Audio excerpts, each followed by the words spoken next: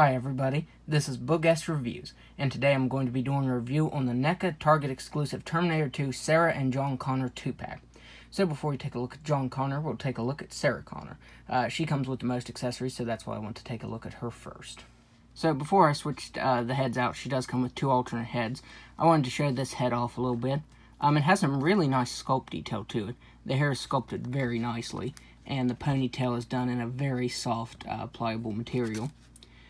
And she has her bangs on this head sculpt, and you can tell they're a separate piece. I feel like they could have blended it a little better right there, but the likeness to Linda Hamilton isn't too bad. It could have been a little bit better. I think they could have used the printing tech on the head sculpt, but I think this is probably the second best likeness out of all of the head sculpts. I think this is the second best likeness of her. The next head sculpt is with her hair down. And the hair is sculpted really nicely, but it is just way too big.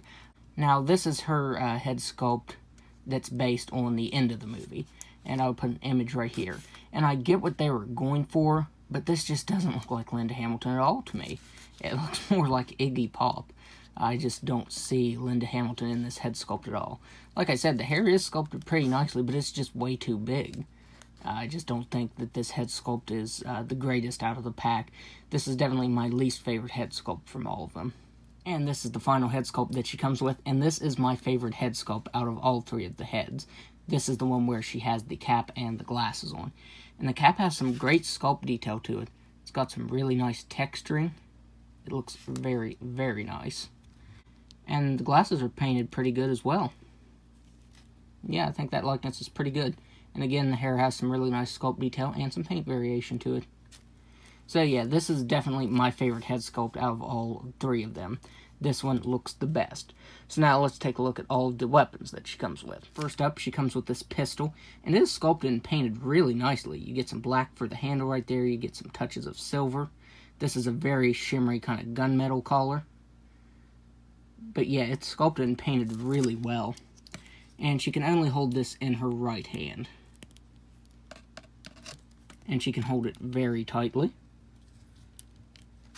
So that's pretty cool. Next, she comes with her hunting knife. And it's also painted pretty good as well. It's got some silver on the end of the blade there, and some brown for the handle. And the strap right here. I wish they would have fixed that, because in the movie, it hangs down like that. So I feel like they should have sculpted it to the handle.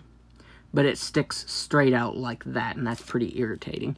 And getting this in her hand, once you have her holding any of the weapons, she really doesn't hold it that well. As you can see, it is very loose in her hand. I do prefer to leave it in the sheath, though, on her belt. And as I said, this does stick out. And let's get that in there.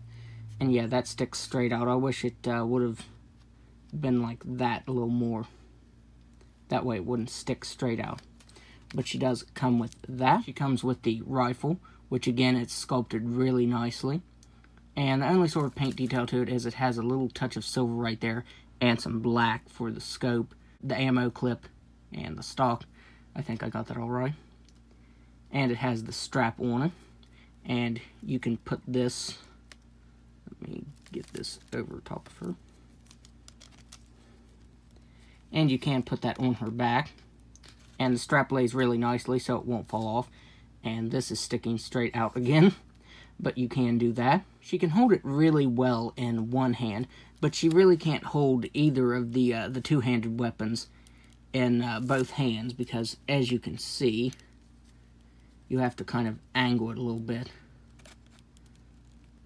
And then it drops out of her hand. So what I do is I kind of just wedge it in there as best as I can and get her to holding it.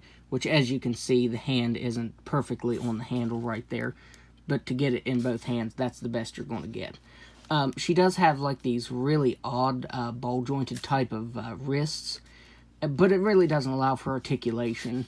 I think it was exactly the same on the previous release. It would have been nice if they would have done a double swivel where it swivels up and down and side to side. That way you could get her holding these weapons properly. So there she is with that. And finally, she comes with her shotgun. And it's done in the same type of color that the pistol was done in, that shimmery gunmetal color. But you get the shells on top, which are painted really nicely. And you get a little bit of paint to the handle right there and to the pump.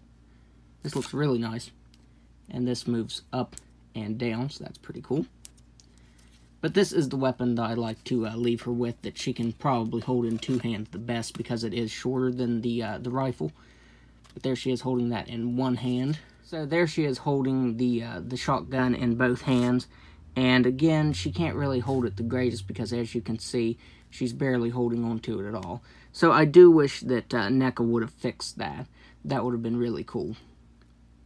So now let's go ahead and take a look at the figure itself. She has her tactical vest, which has some really, really nice sculpt detail to it. And on the back of the packaging, and even in promo shots, she doesn't have this on, which led me to believe that it was removable. But as far as I can tell, it's not removable. It's not pegged in anywhere. It's just all one piece. And you'd probably have to boil her in some hot water to get that off there, which I wouldn't recommend doing, because then you'd have to pop her head, arms, and probably even the torso off. So yeah, it would have been cool if that was removable like in the promo shots, but it is not, as far as I can tell. And she has some pretty good sculpt detail to her tank top right there. You can see the lines in it. And the belt. The belt looks really good. It's got some nice paint detail to it. The silver right there looks really good. The knife sheath looks nice. You can see the stitch work right there. It looks really good. And the pants have some really, really nice texturing to them. Some nice wrinkles and pockets sculpted in. You can see the stitch work right there. I think they also made the arms look pretty good, because she had some pretty muscular arms in the movie. Which, like I said before, she does have these weird ball-jointed wrists. So this wrist is kind of just stuck out like that, because it really just moves side to side. There's no up and down movement to it at all. And then you have the boots, which have some nice sculpt work to them. You get lots of laces right there. There is some paint variation to the pants. I forgot to mention that. There is some paint variation in certain spots, but there's no paint variation on the boots or anything. So now let's go over the articulation. She has a ball-jointed head that can look up just about all the way. She can look down just about all the way. She can move her head side to side and tilt just a little bit. She has ball-jointed shoulders that can move out all the way. She has single-jointed elbows that bend in just about all the way. They move side to side. She has ball-jointed wrists, but they really just move side to side. The only up and down movement is that, and that's not really even enough to count. So really, the wrist just moves side to side. And that is one thing I would have changed for this set, is they should have updated that so she could hold her weapons better. She has a ball-jointed diaphragm and waist that, when combined, she can move back all the way, and she can crunch forward all the way, and both of them can move side to side. She has ball-jointed hips. The right side will move out farther than the left. On the left side, she can kick forward just about all the way, and she can kick back all the way. And with this one, she can only move back just a little bit and forward just a little bit. So it's odd that the hip articulation is so much different on each side. This one barely has swivel at the thigh, and this one can swivel all the way, just about all the way around. So yeah, the hip articulation is really odd right there. She has single jointed knees that can only bend in that far, but they do move side to side. And she has ball jointed ankles that can move just about down all the way, just about up all the way, side to side, and it can rock back and forth. So yeah, the articulation isn't too bad on her, but she does have some places that are odd, like the hips and the wrists right there. I wish they would have improved that. So now let's go ahead and take a look at John Connor. John Connor does come with a few accessories. He comes with the endoskeleton arm in the case, and this looks really nice. I love how the bottom of it's done in silver, and as you can see, yeah, that's glued in there. The arm is glued down, but I'm pretty sure this is just the same arm from the previous neck endoskeleton, because the wrist swivels all the way around. And I'm pretty sure the articulation was the same on it. So they probably just took this off of one of the previous figures and just put it in this case. But the sculpt work to the arm looks really good. I think it's cast in black and the silver is painted over top of it. But yeah, it looks very nice. And the case is removable. So, yeah, that's a really awesome accessory. But you can't do anything with it. You can kind of have John hold it like that, but that doesn't look too good. But I suppose you could do that if you wanted to. Up next, he comes with his backpack, which has some good sculpt detail to the straps right there. It has some nice wrinkles sculpted in there. And it doesn't open up. It would have been cool if it opened up and you could put the arm in it. But you can. But you just have to put his arms like that. And then slip this on like so. And it stays on him really well. It doesn't move, so that's pretty good. So there he is with the backpack on. And like I said, it's a really nice fit. It doesn't move. It doesn't feel like it's going to go anywhere. So that's pretty cool. And for his final accessory, he comes with his hacking device. And this looks really nice. It's got the little keyboard right there. A little bit of paint detail to it. But the cords, or the wires I should say, are really long. And then it leads down to the card that he uses on the ATM. So that was a really nice attention to detail. And John can kind of hold this in his hand. You just kind of have to slip it in like that. And that's really the best you're going to get him holding it. He really can't hold it in both hands. So that's about the best you're going to get it for him holding it in both hands. But I do like that they gave him that accessory. This one does have less accessories than the previous version. The previous version came with his bike and an alternate head sculpt with the bandana. But this one does have improved paint apps, so I do like this one better. So taking a look at the head sculpt, it's not a bad likeness of Edward Furlong. I do think it would have benefited from using that printing tech though. And the mouth. The mouth looks really weird to me, because I think they tried to paint some black and his teeth over top of it, but it just looks really weird. But yeah, the hair has some nice sculpt detail to it. It has a little bit of variation in paint to it. But yeah, it's not a bad likeness. You know who it is. But I do feel like they should have used the printing tech, since this is a new version of this. Looking at the jacket, this time it is done in the correct colors, the camo. And it looks really nice. It's done very well. It has a little bit of texturing to it. And the previous version was just done in green. It was just done in the color. I'm pretty sure that's on the inside here. It was just done in a plain color. But this one has corrected colors. And his shirt should say Public Enemy, but that's a trademark thing, so I don't figure they could probably do that. It would have been really nice if they would have added that onto the shirt, but they didn't. Probably licensing issues, though, is why I'd say they didn't do that. But you could probably put it on it yourself if you really wanted to. But looking at the shirt right there, you get some really nice sculpt details to the wrinkles. And I didn't know it, but he actually has an ab crunch and a ball-jointed waist there. It does kind of look odd, though. I feel like they should have just used like a rubber sleeve for the shirt and just put the articulation underneath of it, because you do see this cut right here for where the waist joint is. And the pants have some nice sculpt detail, and they have some paint over top of it, making them look worn, and a little bit of texturing. And they did sculpt and barely paint on the ripped knee right there on his on the right side of his jeans. It is painted on there, but it is a little bit sloppy. And then there you get his shoes, which have some nice sculpt detail to them, and some white painted on the soles.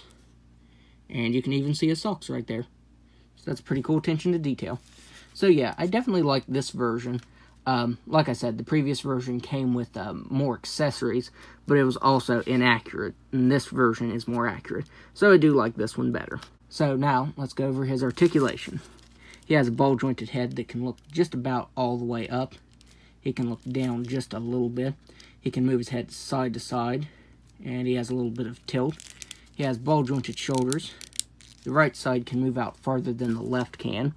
He has single-jointed elbows that can bend in that far, and he should have a swivel right here, but it won't move at all for me. It just makes that sort of a noise. It's like it's fused together down in there. I couldn't even get it apart to try and see if that was the issue. So yeah, it's fused together on both sides. See, if you turn it, it just turns up here, not down in here. He does have swiveled wrists, though. He has swiveled wrists that can move up and down, which I think Sarah Connor should have had, and move side to side. I also forgot to mention he does have his watch sculpted on there. And on this side, he has a hinge. He has an ab crunch that can move down all the way. and it can move back just a little bit.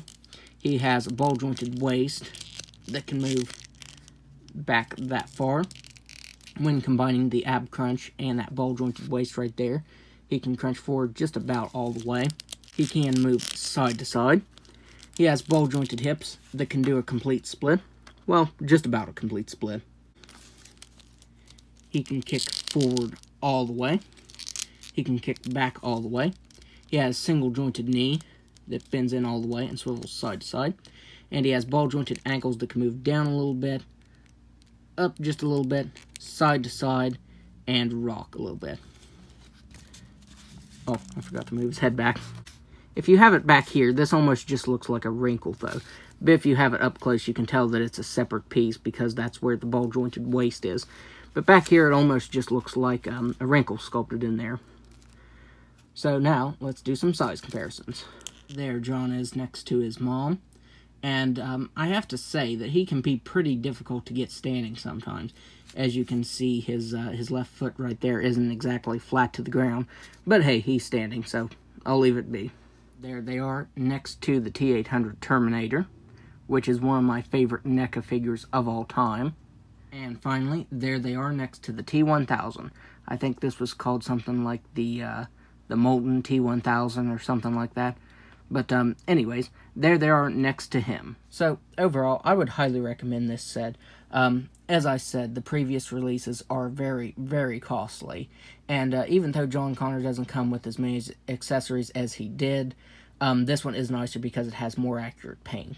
So yeah, I never thought I would get these two figures in my collection because of that. But finally I do because of this re-release. And the likenesses could be just a little bit better, but overall it's still really good. So, I would highly recommend this set. So that's my review. If you like this review, be sure to hit the like button and subscribe to my channel. Thanks for watching.